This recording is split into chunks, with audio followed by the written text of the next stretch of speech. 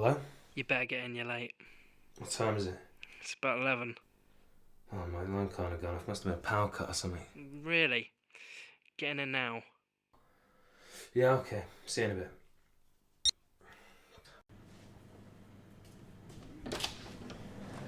So what's going on, Ray? Oh, thank God you're here, man. All hell's been breaking loose this morning. We think there's a major security incident going on. We think.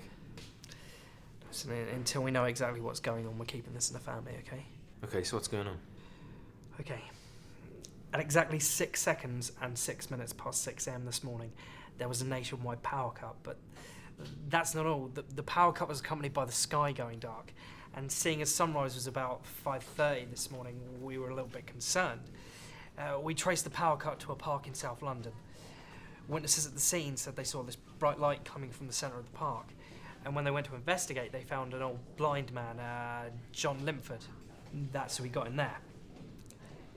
He's not technically under arrest, but we're keeping him till we find out what he knows.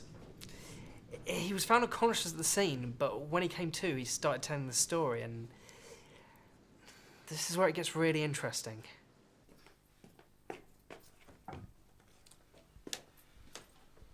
How are we today, Mr. Limford? I'm fine. And please call me John.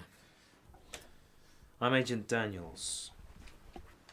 I'm sorry, Agent Daniels. I don't mean to be rude, but I really must be going. I have things to do. I'm sorry, Mr. Limford, but we need you to answer some questions for us. Okay, but keep it quick. Our time is short. We have a few queries about your statement. Well, that's funny. I thought I was quite clear. Let's start at the beginning. What were you doing in the park this morning? This morning? Oh, yes. This morning I was going for my morning stroll.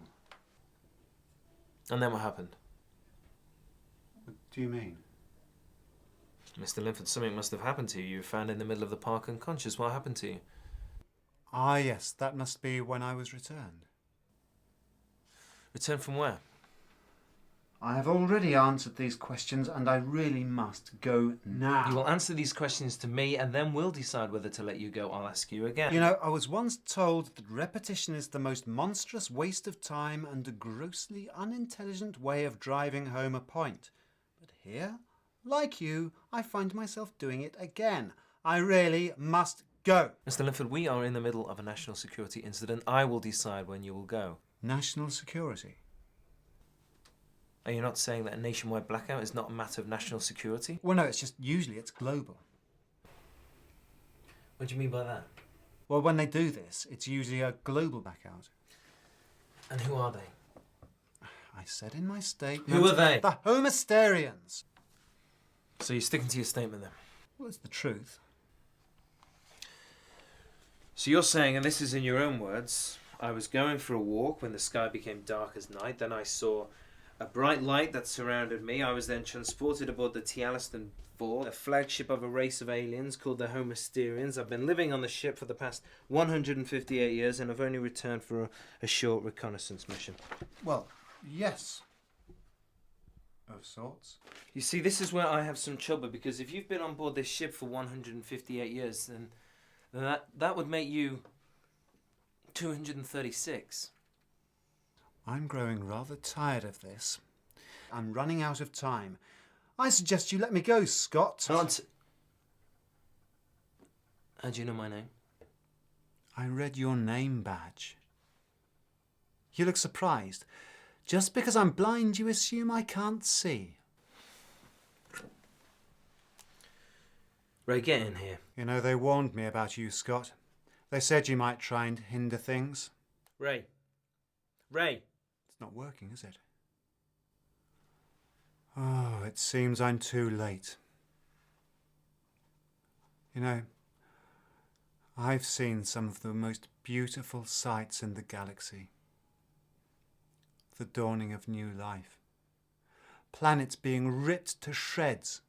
Did you know that if you set fire to a planet's atmosphere, it glows the most vivid purple? I'd trade it all just to see that picture of Eleanor.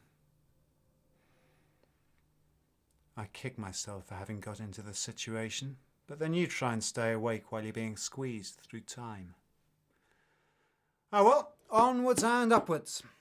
If all's gone according to plan, they'll have found me an Eve, so to speak. Don't worry, you're too late. You're going to be spending the rest of your life in a nut house. You don't understand, do you? I came back to collect a few of my belongings. It's too late because this planet's about to be destroyed. And about time, too. You're insane. I'm sorry, Scott, that we couldn't have met under better circumstances. But you have to admit, this world has been damaged beyond repair. And rather than let you all slowly decay, we decided to put an end to the experiment. I don't believe you. And seeing as you know me so well, you'll know that I'll have a master's in psychology. You know what I believe? I believe that you're a paranoid schizophrenic, so immersed in your own fantasy that when this phenomenon occurred, instead of doing your duty as a citizen by becoming a valuable witness, you slipped into a mentally divergent state, negating all logic and reason. Or do you have something to tell me? I'd rather you didn't stand so close.